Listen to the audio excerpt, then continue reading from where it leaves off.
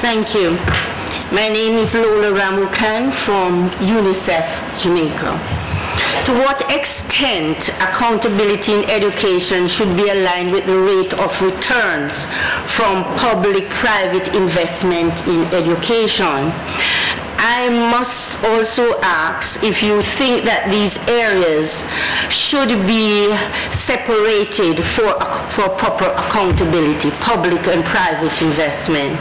And just to add, in any year in Jamaica, we have about 50,000 children entering the school system. Should there be a rate of return for each cohort, or at least selected cohort?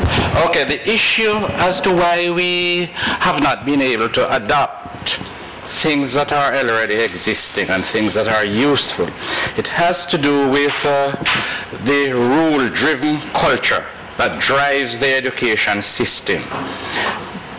The system literally penalizes some level of initiative. So if you think outside the box, you do things outside the box, and you do not follow the rules, you can be in problem.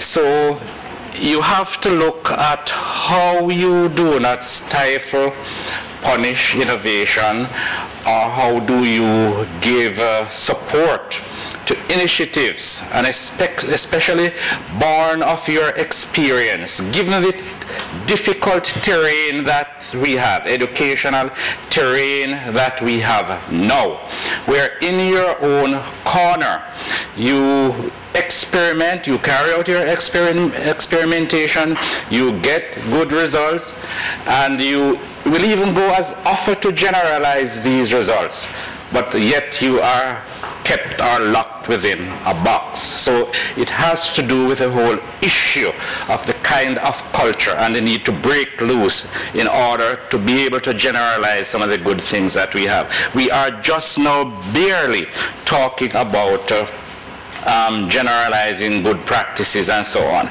but we need to go much further. Thank you very much. Another comment or question? I see one back Hello. there. Dr. Elizabeth Ward from the Violence Prevention Alliance at UWI. One of the things I really was wondering, while we're looking at performance and we're talking mainly about academics, are we also institutionalizing the development and measurement of acquiring life skills? Well, in our area, what we're looking at is especially managing conflict. And USAID, as part of their Healthy Lifestyle Initiative, the Measures Group did a very, very interesting study where they looked at the behavior and the outcome of kids in schools between 10 and 15.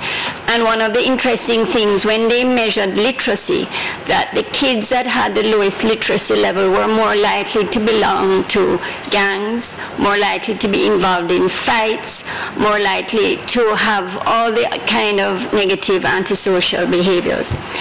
So, and the other issue, I think, when we do find these low performance test. Jamaica is we've done well at measuring the fact that the kids don't perform, but where are we with putting in our interventions to prevent those children from becoming dropouts?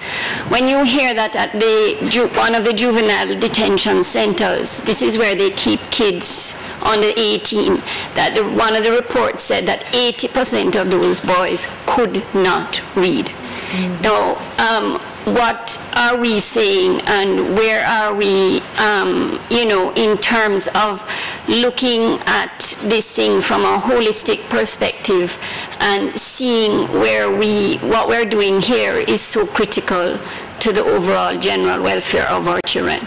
Thanks. Thank you. I'm going to ask our speakers to respond briefly. Let me suggest that you should respond to those questions you think you have the most to say about, and don't feel you have to have something to say on every single question. Hubert? Yeah, a couple of points. I think that one of the major obstacles that not only the parts of the world where I do more work, but I believe might also be the case for the English-speaking Caribbean, is that one thing that we don't traditionally have in education is clearly defined, measurable goals for quality in our institutions. So it's very difficult to have, what you have is a set of ambiguous sort of mutual agreement that we need to do better, but there very often is not any clarity as to what the goals are and how we would measure and find out whether someone has met them, as would be the case in any other sort of area of private or public endeavor where such standards or outcomes have been defined with greater clarity. I would underline the word clear in the question of clear vision and clarity of goals. I think that also we have a big discussion worldwide as to the sort of proper balance between academic rigor, life skills, etc. And my feeling is that, at least in the parts of the world where I've been doing most of my work of late, is that there has been a substantial under-consideration of the cognitive demands of work. We know that even manual labor is cognitively much more demanding in the 21st century than it was in the 19th. And I fear that we have a notion of life skills often in many countries that looks more like the 19th century than the 21st. And we need to look at the research that supports that really you can operate some of the major manufacturing machines without proportional reasoning, a working knowledge of geometry. And these are often left out of what purport to be life skills in many of our curricula. So I would sort of sound a warning against that sort of bias. And finally, on the question of rate of return, I think that every society needs to decide what sorts of returns are appropriate. I don't think many societies would want to look only at sort of traditional economic rate of return of analysis, but rather what are the social and other externalities of education that countries are looking for in terms of lower levels of violence, civic participation, etc., which would be difficult to look at in a sort of traditional rate of return analysis. But these are sort of questions of national discussions about what is a quality education and how much are we willing to guarantee.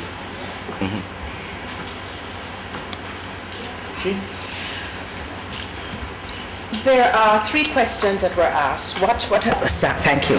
There are three questions that were asked. What has taken us so long?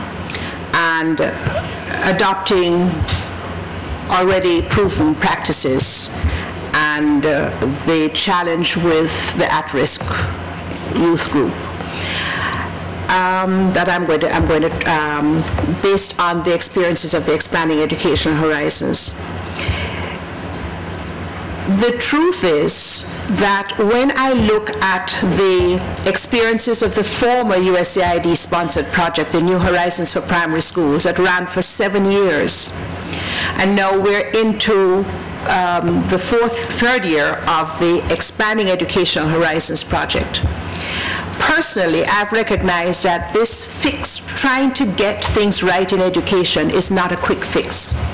And I must congratulate the former Minister of Education for insisting that we go back to the same schools and continue the intervention, because she was not satisfied with where we were, and made the point that projects come and go and leave you without any tangible change.